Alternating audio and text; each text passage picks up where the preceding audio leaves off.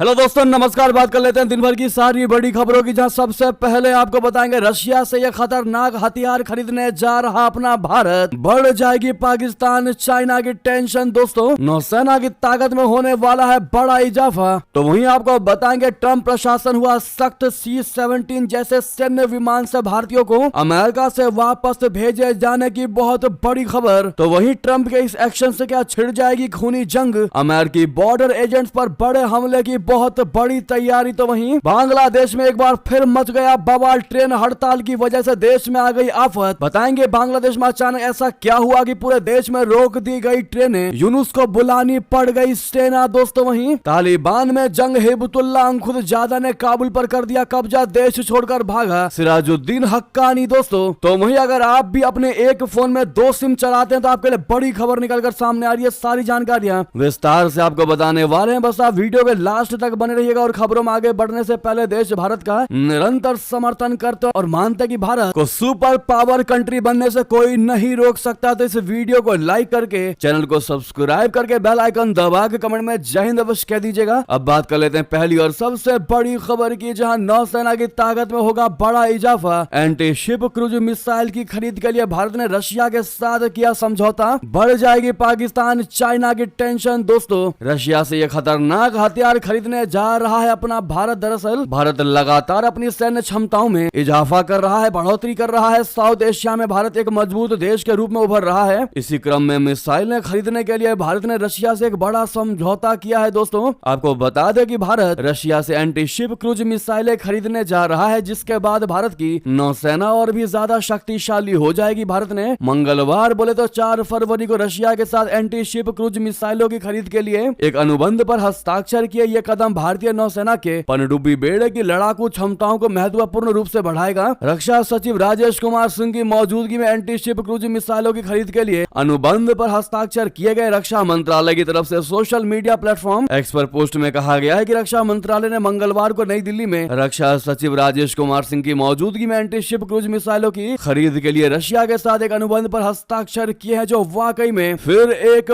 बार चीन और पाकिस्तान की हालत तो पतली कर ही देगा, लेकिन भारत रशिया के दोस्ती में और मजबूती प्रोफाउंड होती जा रही है। वाकई में इस पर आपकी क्या निजी राय है, कमेंट बताना मत भूलिएगा। और थैंक यू पुतिन जरूर कहिएगा। वहीं बता दें, C-17 जैसे सैन्य विमान से भारतीयों को अमेरिका से वापस भेजे जाने की बहुत बड़ी खबर। दोस्तों, अमेरिकी राष्ट्रपति डोनाल्ड ट्रंप के संकल्प और नीतियों का असर दिखना शुरू हो चुका है। बीते 20 जनवरी को राष्ट्रपति पद संभालने के बाद ट्रंप ने अवैध प्रवासियों को अमेरिका से निकाले जाने संबंधी कार्यकारी आदेश पर हस्ताक्षर किए थे। इस पर अमल करते हुए अमेरिकी प्रशासन ने C-17 जैसे सैन्य विमान से कई भारतीय लोगों के एक समूह को अमेरिका से वापस भेज दिया है। भारतीयों को अमेरिका से निकाले जाने की यह ताजा खबर ट्रंप प्रशासन की सख्ती दिखाता है। आपको बताते चले कि बीते 2 हफ्तों की अवधि में ही भारत के अलावा भी कई देशों के अवैध प्रवासियों को अमेरिका से निर्वासित किया जा चुका है। C-17 सैन्य विमान से भारत लौटाए जा रहे प्रवासियों के बारे में समाचार एजेंसी PTI पर आई रिपोर्ट के मुताबिक नई दिल्ली स्थित अमेरिकी दूतावास के प्रवक्ता ने बताया कि राष्ट्रपति डोनाल्ड ट्रंप की नीतियों पर अमल करते हुए अमेरिका अभियोजन कानूनों को खड़ा कर रहा है। अमेरिकी कार्रवाई पर भारत की ओर से अभी तक कोई आधिकारिक बयान नहीं आया है। बताया जा रहा है कि अमेरिकी सैन्य विमान बुधवार सुबह अमृतसर या किसी नजदीकी एयरबेस पर उतर सकता है। हालांकि अभी तक इसकी कोई आधिकारिक पुष्टि नहीं हुई है। एक अनुमान के मुताबिक अमेरिकी अधिकारियों ने निर्वासन के लिए भारत से अमेरिका गए लगभग 18,000 अवैध अप्रवासियों की पहचान की है। दोस्तों, हालांकि विदेश मंत्रालय का इन नागरिकों पर कुछ भी जवाब देना या कुछ भी कहना बहुत जल्दबाजी हो सकती है। जैसे कोई बयान आएगा सबसे पहले आपको बताएंगे। वहीं बता दें, क्या इस एक्शन के बाद ट्रंप के साथ छिड़ जाएगी खूनी जंग? अमेरिकी बॉर्डर एजेंट्स पर बड़े हमले की बड़ी तैयारी। दरअसल अमेरिकी राष्ट्रपति डोनाल्ड ट्रंप के इस अवैध प्रवासियों को देश से बाहर निकालने वाले आदेश पर युद्ध छिड़ने जैसा माहौल बन सकता है। दरअसल हाल ही में उन्होंने मेक्सिको और कनाडा पर भारी टैरिफ लगाने की घोषणा भी की थी। हालांकि दोनों ही देशों ने डोनाल्ड ट्रंप के इस ऐलान के बाद अवैध प्रवासियों पर नकेल कसने का आश्वासन दिया, जिसके बाद ट्रंप ने उन्हें 1 महीने की मोहलत दी। खबरों के मुताबिक मैक्सिकन ड्रग कार्टेल कथित तौर पर ट्रंप की सख्त बॉर्डर नीतियों के खिलाफ जवाबी कार्रवाई करने की योजना बना रहा है। न्यूयॉर्क पोस्ट की रिपोर्ट के मुताबिक मैक्सिको के समूह अमेरिकी बॉर्डर को निगरानी करने वाले एजेंट पर खतरनाक कामिकेज ड्रोन और विस्फोटक लॉन्च करने का आदेश दे सकते हैं। रिपोर्ट में बताया गया कि एक मेमो के मुताबिक सरकारी अधिकारियों को सोशल मीडिया पोस्ट और अन्य खुफिया सूत्रों के आधार पर इस खतरे के बारे में चेतावनी दी गई थी। दोस्तों, डोनाल्ड ट्रंप के इस फैसले से मैक्सिको वाकई में बहुत ज्यादा खुन्नस खाया नजर आ रहा है। वहीं आपको सबसे बड़ी खबर बता दें, आखिर बांग्लादेश में अचानक ऐसा क्या हुआ कि पूरे देश में रोक रोक दी गई ट्रेनें, हार कर मोहम्मद यूनुस को बुलानी पड़ी सेना। दरअसल बांग्लादेश में एक बार फिर से बवाल मच गया है। ट्रेन हड़ताल की वजह से देश में आफत आ गई है। हजारों की संख्या में विद्यार्थी ट्रेनों के सामने आकर बैठ गए और ट्रेनों को चलने नहीं दे रहे हैं। इससे भारी संख्या में लोगों को परेशानी का सामना करना पड़ रहा है। छात्रों का बवाल इतना ज्यादा और प्रभावशाली है कि बांग्लादेश की मोहम्मद यूनुस के नेतृत्व वाली अंतरिम सरकार ने ढाका मुहा खाली इलाके में सेना की 4 टुकड़ियां तैनात कर दी हैं। इसके बावजूद छात्र रेल ट्रैक से हटने का नाम नहीं ले रहे हैं। ढाका में टीटू मीर कॉलेज के स्टूडेंट्स ने रेलवे ट्रैक की नाकाबंदी कर दी है। वे कॉलेज को यूनिवर्सिटी का दर्जा दिलाने की मांग कर रहे हैं। छात्रों ने सोमवार को लगभग 4:15 पर अपना विरोध प्रदर्शन शुरू कर दिया है। छात्रों की नाकेबंदी के कारण ढाका टोंगी ढाका सेक्शन पर ट्रेन सेवाएं निलंबित कर दी गई हैं। फिलहाल इस मार्ग पर कोई ट्रेन जारी नहीं है। इसके अलावा छात्रों का विरोध देखते हुए कई ट्रेनों के ड्राइवर ट्रेनें चलाना नहीं चाहते हैं क्योंकि उन्हें हमले का डर सता रहा है। जी हाँ दोस्तों, ऐसा माना जा रहा है कि ये तो सिर्फ शुरुआत है। जैसे शेख हसीना की सरकार गिराने की कोशिश की मोहम्मद यूनुस ने, सेम ठीक उसी तरह वो दिन दूर नहीं जब मोहम्मद यूनुस अपने आप इस्तीफा दे देंगे और शेख हसीना की सरकार दोबारा से रिस्पॉन होगी। आप क्या कहना चाहते हैं? आपकी क्या इस पर राय अवश्य बताइएगा। वहीं बता दें, तालिबान में दिखी जंग, हिब्बुल्लाह खुदजादा ने काबुल पर किया कब्जा तो उधर देश छोड़कर भागा सिराजुद्दीन हक्कानी। दोस्तों, तालिबान का आंतरिक असंतोष अब खुलकर सामने आ चुका है। तालिबान के सर्वोच्च नेता हिब्बुल्लाह खुदजादा ने काबुल में बाला, हिसार किले और काबुल अंतरराष्ट्रीय हवाई अड्डे सहित प्रमुख रणनीतिक स्थानों पर अपने वफादार बलों को तैनात किया है। पहले इन जगहों की सुरक्षा की जिम्मेदारी हक्कानी नेटवर्क के पास थी। हक्कानी नेटवर्क तालिबान का एक हिस्सा है, लेकिन इसका नेतृत्व सिराजुद्दीन हक्कानी करता है। सिराजुद्दीन हक्कानी तालिबान सरकार में आंतरिक मंत्री है। वो 1 महीने पहले संयुक्त अरब अमीरात और सऊदी अरबिया के दौरे पर गया था और तब से अफगानिस्तान नहीं लौटा है। इस घटना को तालिबान में खुदजादा के नेतृत्व वाले कंधार गुट और सिराजुद्दीन हक्कानी के नेतृत्व के बीच बढ़ती दरार के तौर पर देखा जा रहा है। जी हाँ, ये दोनों तालिबान के आंतरिक सत्ता संघर्षों के केंद्र में रहे हैं। इनमें हक्कानी गुट को पाकिस्तान का खुला समर्थन हासिल है तो वहीं कंधार गुट पाकिस्तान की मुखालफत करता है। जी हाँ, ऐसी भी आशंका जताई जा रही है कि इस संघर्ष में पाकिस्तान का भी हाथ हो सकता है क्योंकि उसके शहर पर हाल में ही सिराजुद्दीन हक्कानी ने संयुक्त अरब अमीरात और सऊदी अरबिया का दौरा किया था, जिस पर कंधार गुट ने तीखी प्रतिक्रिया दी थी। वहीं बता दें, पाकिस्तान की फिर एक बार इंटरनेशनल बेइज्जती, चेतावनी के बाद भी विदेश में भीख मांगते पकड़े गए पाकिस्तानी सऊदी अरबिया ने भगा दिए वापस। दरअसल हज और उम्रह के नाम पर सऊदी अरब जाने के बाद वहां भीख मांगने की घटनाओं पर सऊदी प्रशासन ने सख्ती दिखानी शुरू कर दी है। ऐसे कई पाकिस्तानियों को पकड़ा गया और उन्हें वापस उनके देश भेज दिया गया, जिससे इस्लामाबाद की छवि को नुकसान पहुंचा है। सऊदी अधिकारियों ने पाकिस्तान सरकार से इस मामले पर पहले भी चिंता जताई थी, जिसके बाद अब निर्वासन की कार्रवाई तेज हो गई है। पाकिस्तान की संघीय जांच एजेंसी बोले थे FIA ने पुष्टि की है कि हाल ही में 10 पाकिस्तानी नागरिकों को सऊदी अरब से निर्वासित किया गया जो उम्रह वीजा पर वहां पहुंचे थे, लेकिन उन्हें भीख मांगते हुए पकड़ा गया। पाकिस्तानी मीडिया एक्सप्रेस ट्रिब्यून की रिपोर्ट के मुताबिक सऊदी अरबिया ने कई बार इस मुद्दे को इस्लामाबाद के सामने उठाया था और पाकिस्तान से ठोस कार्रवाई की मांग की थी। नवंबर 2023 में भी पाकिस्तान के गृह मंत्री मोहसिन नकवी ने सऊदी अधिकारियों को आश्वासन दिया था कि हज या उम्रह वीजा का दुरुपयोग करके भीख मांगने वालों पर कड़ी कार्रवाई की जाएगी। हालांकि इस आश्वासन के बावजूद भी बड़ी संख्या में पाकिस्तानी अब भी इस तरह की गतिविधियां करते हुए नजर आ रहे हैं। 2 फरवरी की ही बात कर लेते हैं, जहां FIA ने कराची एयरपोर्ट पर एक बड़े अभियान के तहत कई संदिग्धों को हिरासत में लिया। दोस्तों, ऐसे में आपको बता दें, इस मामले में पाकिस्तान को सीरियस होता ना देख सऊदी अरबिया कह ले या फिर खाड़ी देश पाकिस्तान से कन्नी काटते नजर आ रहे हैं। काफी ज्यादा पाकिस्तान से नाराज नजर आ रहे हैं। पाकिस्तान को लगता था कि वो खुशामद करके सऊदी अरबिया से बार बार कर्जे ले सकते हैं, जिसकी कोशिश शहबाज और मुनीर ने सऊदी जाकर भी की और घर बैठकर भी करते रहे, लेकिन बार बार सऊदी अरब से बेइज्जत होने के बावजूद पाकिस्तान कोशिश नहीं छोड़ रहा है। हालांकि पाकिस्तान की आवाम को भी पता है कि भिखारी की कोई इज्जत नहीं। हालांकि शहबाज शरीफ हो या मुनीर, ऐसी ईदी पकड़ने में इन्हें कोई शर्म नहीं, क्योंकि पाकिस्तान ऐसे ही चलता रहा है। अब सऊदी अरबिया की बात नहीं मानने पर सऊदी वाकई में नाराज होता नजर आ रहा है पाकिस्तान से और उसको अब किसी भी प्रकार का कर्ज भी जल्द नहीं देने वाला। वहीं बता दें, मोदी और डोनाल्ड ट्रंप मीटिंग से भारत को मिलेंगे अत्याधुनिक हथियार। आखिर देश को कितना और क्या क्या होगा फायदा, बता दे प्रधानमंत्री नरेंद्र मोदी जी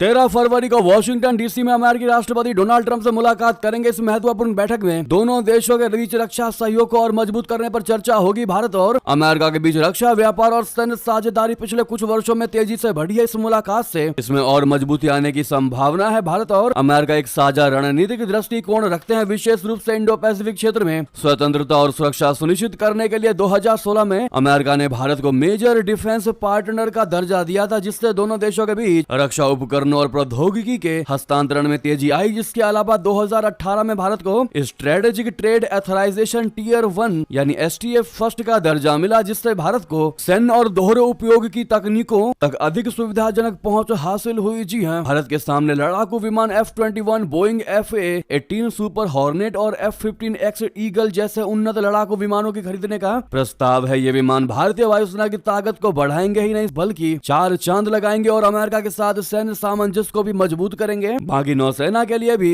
उन्नत हेलीकॉप्टर और ड्रोन है, आधुनिक सुरक्षा प्रणाली और हथियार हैं। साझा सेना अभ्यास और प्रशिक्षण को लेकर भी सहमति बन सकती है। ऐसे में all the best PM Modi ji का नाम मत भूलिएगा। वहीं बता दें, एक तरफ डोनाल्ड ट्रंप को ब्रिक्स नहीं है पसंद, दूसरी ओर व्लादिमीर पुतिन को क्वाड नहीं है पसंद। आखिर भारत कैसे बनाएगा इन दोनों देशों के बीच में बैलेंस, बता दें। अमेरिका के राष्ट्रपति डोनाल्ड ट्रंप भारत की सदस्यता वाले ब्रिक्स देशों यानी कि ब्राजील, रशिया, भारत, चाइना और साउथ अफ्रीका को लगातार टैरिफ की चेतावनी देते रहे हैं। हाल ही में उन्होंने कहा है कि अगर ब्रिक्स देश वैश्विक व्यापार के लिए डॉलर के बजाय किसी अन्य मुद्रा का इस्तेमाल करते हैं तो अमेरिका उनके खिलाफ 100% टैरिफ लगाएगा। ट्रंप ने ब्रिक्स देशों को टैरिफ की धमकी देते हुए कहा कि वो दिन चलेगा जब ब्रिक्स देश डॉलर से दूरी बनाने की कोशिश करते थे और अमेरिका तमाशाबीन बना रहता था। डोनाल्ड ट्रंप की यह धमकी ब्रिक्स के अन्य देशों की तरह ही भारत के लिए भी चिंता की बात है, जो डॉलर पर अपनी निर्भरता कम करने की सोच रहा है। भारत अपनी मुद्रा रुपया के अंतरराष्ट्रीयकरण के लिए श्रीलंका, मलेशिया, रशिया, सिंगापुर जैसे देशों के साथ रुपए में व्यापार की तरफ तेजी से आगे बढ़ा है। विश्लेषकों का कहना है कि ट्रंप की टैरिफ की धमकी के निशाने पर रशिया और चीन, खासकर चीन है, जो अमेरिका का सबसे बड़ा प्रतिस्पर्धी है। रशिया यूक्रेन युद्ध की वजह से रशिया पर लगे प्रतिबंधों के कारण वो डॉलर में व्यापार नहीं कर पा रहा था। इसको देखते हुए चीन ने रशिया से उसकी मुद्रा रूबल में ही तेल खरीदना शुरू कर दिया। चाइना और रशिया के बीच बाकी चीजों का व्यापार भी काफी बढ़ा है और इस व्यापार के लिए दोनों देश स्थानीय मुद्राओं में भुगतान करते हैं। जी हाँ, तो वहीं व्लादिमीर पुतिन को क्वाड नहीं है पसंद, लेकिन भारत रशिया के रिश्ते अभी भी मजबूत हैं। भारत के लिए ब्रिक्स अपनी रणनीतिक स्वायत्तता के इस्तेमाल का एक साधन है। दूसरी तरफ क्वाड चीन के खतरे के खिलाफ बीमा का काम करता है और भारत को इंडो पैसिफिक में एक अहम खिलाड़ी बनाता है। क्वाड अमेरिका, जापान, ऑस्ट्रेलिया और भारत चार देशों का समूह है, जिसे चीनी आक्रामकता को कम करने के लिए बनाया गया था। रूस इस संगठन को नापसंद करता है और रशिया के विदेश मंत्री सर्गेई लावरोव ने एक बार संगठन को एशिया का नेटो कह दिया था। नाटो अमेरिका के नेतृत्व वाला पश्चिमी देशों का सैन्य संगठन है। वहीं आपको बता दें, स्वीडन में स्कूल पर हुए हमले में अब तक 10 लोगों की मौत, हमलावर की तलाश जारी, अस्पताल में घायलों का चल रहा इलाज। बता दें, स्वीडिश पुलिस ने मंगलवार को पुष्टि की है कि स्टॉकहोम से लगभग 200 किलोमीटर पश्चिम में स्थित ओरेब्रो शहर के 1 किलोमीटर में हुए हमले में 10 लोगों की मौत हो गई है। स्वीडिश पुलिस ने इसकी पुष्टि की, हालांकि यह अभी तक स्पष्ट नहीं हो पाया है कि बंदूकधारी हमलावर मृतकों में शामिल है या नहीं। माना यह जा रहा है कि वह अस्पताल में भर्ती लोगों से संपर्क में है। पुलिस को अभी तक यह नहीं पता चल पाया है कि गोलीबारी में कितने लोग घायल हुए हैं। तो वहीं आपको बता दें, सरकारों ने पाकिस्तान में दी आतंकियों को पनाह, भरी महफिल में शहबाज शरीफ ने कबूला कड़वा सच। दोस्तों, पाकिस्तान दुनिया भर में आतंक की फैक्ट्री के तौर पर पहचाना जाता है। इनफैक्ट उसका नाम ही आतंकिस्तान पड़ चुका है। हालांकि बार बार इंटरनेशनल मंचों पर आतंकिस्तान ने खुद को आतंक से अलग बताया है, लेकिन अब खुद प्रधानमंत्री शहबाज शरीफ ने कबूल कर लिया है कि सरकारें आतंकवादियों को समर्थन देती रही है। उन्होंने कहा है कि पाकिस्तान की सरकारें देश में आतंकवाद लेकर आई है। उन्होंने कहा कि 2018 तक पाकिस्तान में आतंकवाद का सफाया हो चुका था। 80,000 पाकिस्तानी शहीद हुए, जिनमें नागरिक भी शामिल थे। पाकिस्तान की अर्थव्यवस्था को कभी ना पूरा होने वाला नुकसान हुआ, जबकि पाकिस्तानी सेना के अधिकारियों और सैनिकों व उनके परिवारों ने कुर्बानियां दी, जिसके बाद आतंकवाद का पूरी तरह से सफाया हो पाया। शहबाज शरीफ ने कहा कि बदकिस्मती से कुछ साल पहले एक सरकार ने उन्हें फिर से पाकिस्तान आने की इजाजत दी और कहा कि वो शांति के दूत हैं। पाकिस्तान के प्रति इससे बड़ी दुश्मनी और कोई हो नहीं सकती। कल मैं क्वेटा से आया था और मैंने वहां जाकर देखा था। अभी 2 दिन बाकी है। 1 दिन पहले ही पाकिस्तान के सेना प्रमुख जनरल असीम मुनीर को वहां ले जाया गया था। इस जंग में बलूचिस्तान में 23 आतंकवादी मारे गए और 18 सैनिकों ने भी अपनी जानें गंवाई। उधर आपको बता दें, ईरान से एक बूंद भी तेल निर्यात नहीं होने देंगे। ट्रंप बड़े एक्शन लेने पर जल्द करेंगे दस्तखत। जी हां, अमेरिकी राष्ट्रपति डोनाल्ड ट्रंप ने शपथ लेने के 1 महीने से भी कम समय में अपने फैसलों से दुनिया भर में सनसनी मचा दी है। हाल ही में चाइना, कनाडा और मेक्सिको जैसे देशों पर भारी टैरिफ लगाने की घोषणा करने के बाद अब ट्रंप ईरान के खिलाफ मोर्चा खोलने की तैयारी में। एक अमेरिकी अधिकारी ने मंगलवार को बताया कि अमेरिका ने ईरान के खिलाफ मैक्सिमम प्रेशर कैंपेन को फिर से शुरू करने की योजना बनाई है, ताकि ईरान को परमाणु हथियार इकट्ठा करने से रोका जा सके और उसके तेल निर्यात को 0% तक पहुंचाया जा सके। वहीं बता दें, डोनाल्ड ट्रंप करने वाले कुछ ऐसा कि नेतन्याहू हो जाएंगे खुश, लेकिन गाजा वासियों को लगेगा 440 वोल्ट का झटका। जी हां, अमेरिकी राष्ट्रपति डोनाल्ड ट्रंप संयुक्त राष्ट्र मानवाधिकार परिषद यानी UNHRC के साथ अमेरिका की सहभागिता समाप्त करने और संयुक्त राष्ट्र फलस्तीनी राहत एजेंसी बोले तो UNRWA की फंडिंग पर रोक जारी रखने का आदेश निर्देश दे सकते हैं। और ये जानकारी व्हाइट हाउस के एक अधिकारी ने दी है। ये कदम ऐसे समय पर उठाया जा रहा है जब इजरायली प्रधानमंत्री बेंजामिन नेतन्याहू वॉशिंगटन के दौरे पर है। नेतन्याहू लंबे समय से UNRWA के आलोचक रहे हैं और उन्होंने इस एजेंसी पर इजरायल विरोधी प्रचार करने और आतंकवादी गतिविधियों में शामिल होने का आरोप लगाया है। जानकारों का मानना है कि फंडिंग रोके जाने से गाजा के लोगों को पुनर्वास में बाधा हो सकती है। वहीं बता दें, सीरिया के बफर जोन में मिलिट्री बेस बना रहा इजराइल। सैटेलाइट तस्वीरों ने लीक की नेतन्याहू की प्लानिंग। जी हाँ, ये दूसरी बड़ी खबर है। सैटेलाइट इमेज से पता चला है कि इजराइल सीरिया के बफर जोन में सैन्य अड्डे बना रहा है। ये दावा कतरी मीडिया अल जजीरा ने किया है। रिपोर्ट में बताया गया है कि ये सैटेलाइट तस्वीरें 19 दिसंबर 2024 सीरिया के अपदस्थ राष्ट्रपति बशर अल असद के मॉस्को भाग जाने के ठीक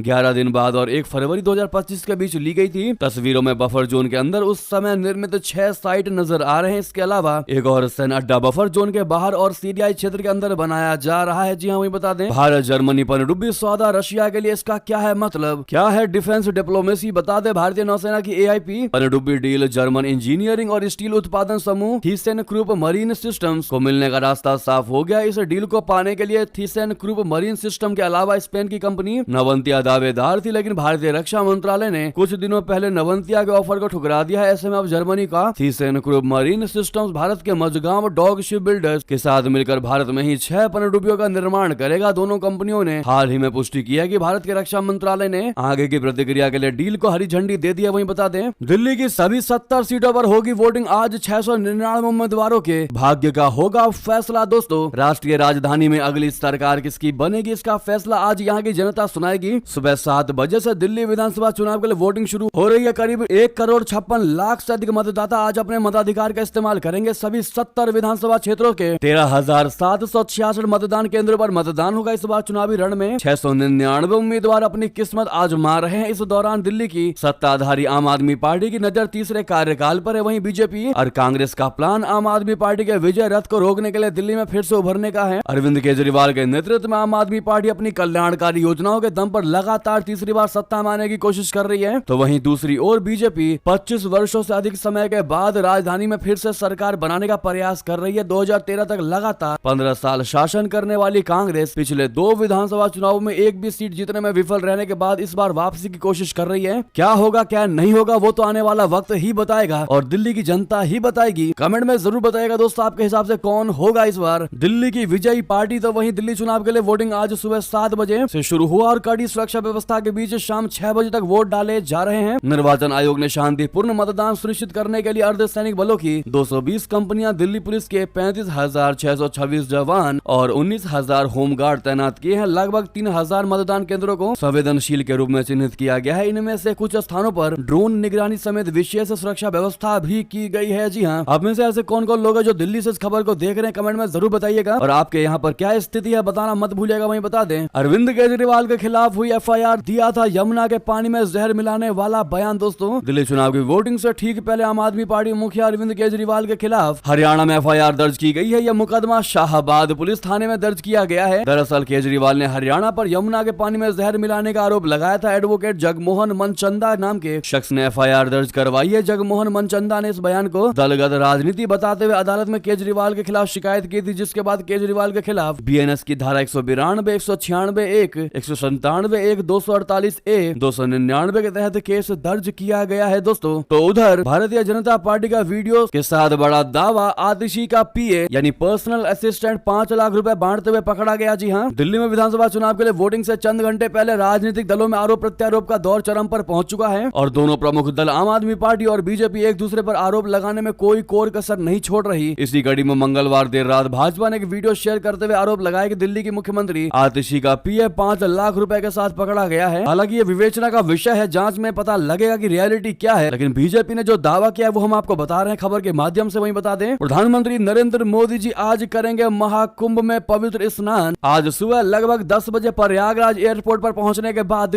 वो DPS हेलीपैड पहुंचकर 10:45 पर अरेल घाट पर पहुंच जाएंगे, जहां से वे नाव के जरिए महाकुंभ स्थल पर पहुंच रहे होंगे। सुबह 11 बजे प्रधानमंत्री नरेंद्र मोदी जी संगम में पवित्र स्नान कर रहे होंगे और साथ ही साथ मां गंगा की पूजा अर्चना भी करेंगे। महाकुंभ में उनका यह कार्यक्रम 11 से 11:30 बजे तक आरक्षित है। स्नान के बाद वो 11:45 बजे बोट से अरेल घाट लौटेंगे और फिर DPS हेलीपैड होते हुए प्रयागराज एयरपोर्ट रवाना होंगे। प्रधानमंत्री मोदी जी का यह दौरा महाकुंभ महाकुंभ मेला 2025 के तहत निर्धारित है, जो 13 जनवरी को शुरू हुआ था और 26 फरवरी तक महाशिवरात्रि तक चलेगा। पीएमओ के मुताबिक ये दुनिया का सबसे बड़ा आध्यात्मिक और सांस्कृतिक आयोजन है जो लाखों भक्तों को आकर्षित करता है। जी हाँ, ऐसे में दोस्तों क्या आप लोग भी महाकुंभ में स्नान करके आ गए या फिर अभी तक नहीं? बताना मत भूलिएगा। वहीं बता दें, सोनिया गांधी की टिप्पणी पर पीएम मोदी ने किया कटाक्ष, कहा देश के प्रथम नागरिक का किया अपमान। दरअसल प्रधानमंत्री नरेंद्र मोदी जी ने राष्ट्रपति द्रौपदी मुर्मू के बारे में कांग्रेस नेता सोनिया गांधी की बेचारी टिप्पणी पर कटाक्ष करते हुए कहा कि देश के प्रथम नागरिक का अपमान किया जा रहा है। लोकसभा में राष्ट्रपति के अभिभाषण पर धन्यवाद प्रस्ताव पर बहस का जवाब देते हुए पीएम मोदी ने सोनिया गांधी की टिप्पणी का जिक्र किया। कांग्रेस नेता सोनिया गांधी का नाम लिए बिना उन्होंने कहा कि राष्ट्रपति के अभिभाषण के बाद एक महिला राष्ट्रपति, एक गरीब परिवार की बेटी, अगर आप उनका सम्मान नहीं कर सकते तो ये आप पर निर्भर है, लेकिन उनका अपमान करने के लिए क्या कहा जा रहा है? मैं राजनीतिक हताशा निराशा को समझ सकता हूं, लेकिन राष्ट्रपति के खिलाफ आखिर क्या कारण है? प्रधानमंत्री मोदी जी ने कहा कि भारत ऐसी मानसिकता को पीछे छोड़ रहा है और महिलाओं के नेतृत्व वाले विकास के मंत्र को आगे बढ़ा रहा है। साथ ही प्रधानमंत्री मोदी जी ने कहा कि आदि आबादी को पूरा अवसर मिले तो भारत दुगनी रफ्तार से आगे बढ़ सकता है। स्वयं सहायता समूह से जुड़ी महिलाओं का सामर्थ्य बढ़ा, हमने इनकी मदद बढ़ा दी है और इसका ग्रामीण अर्थव्यवस्था पर सकारात्मक असर पड़ा है। जी हाँ, तो वहीं आपको बता दें, अयोध्या में राम लला के दर्शन का समय बदल चुका है। अब सुबह 6 बजे से खुलेंगे पट,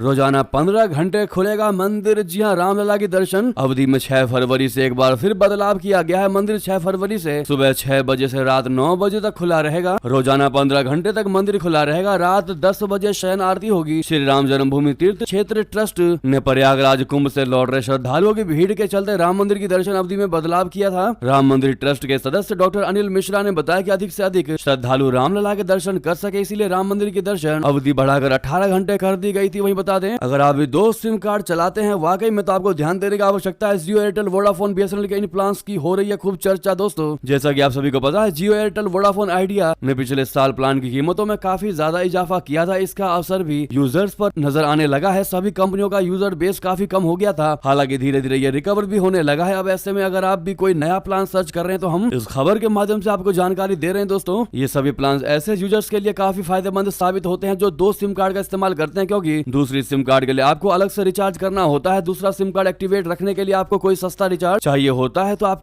कोई नया प्लान ही सर्च करते हैं। तो चलिए आपको बता दें दोस्तों कि क्या हो सकते हैं वो प्लान। अगर जियो की बात करें तो जियो में आप 189 रुपए वाला प्लान खरीद सकते हैं, एयरटेल में 199 वाला प्लान खरीद सकते हैं, वोडाफोन में 99 और 155 रुपए के 2 ऑप्शन हैं, लेकिन ये दोनों प्लान सभी सर्किल में उपलब्ध नहीं है। वोडाफोन आइडिया का 99 रुपए वाला प्लान 15 दिनों तक सर्विस वैलिडिटी के साथ आता है। तो वहीं बीएसएनएल की बात करें तो आपको 59 रुपए के रिचार्ज में कई बेनिफिट्स मिल जाते हैं। साथ ही साथ ये भी सारी बड़ी खबरें। आपको खबर कैसी लगी कमेंट में बताना जरूर मत भूलिएगा, और इस वीडियो को भी लाइक करके चैनल को सब्सक्राइब करके बेल आइकन दबा के कमेंट में जय हिंद कहते हुए वीडियो को दोस्तों, भाइयों में, साथियों में, रिश्तेदारों में शेयर कर दीजिएगा। व्हाट्सएप, फेसबुक, एक्स के माध्यम से मिलते अगली बड़ी खबर में। यहाँ तक बने रहने का आप सभी का बहुत बहुत धन्यवाद। जय हिंद, जय भारत।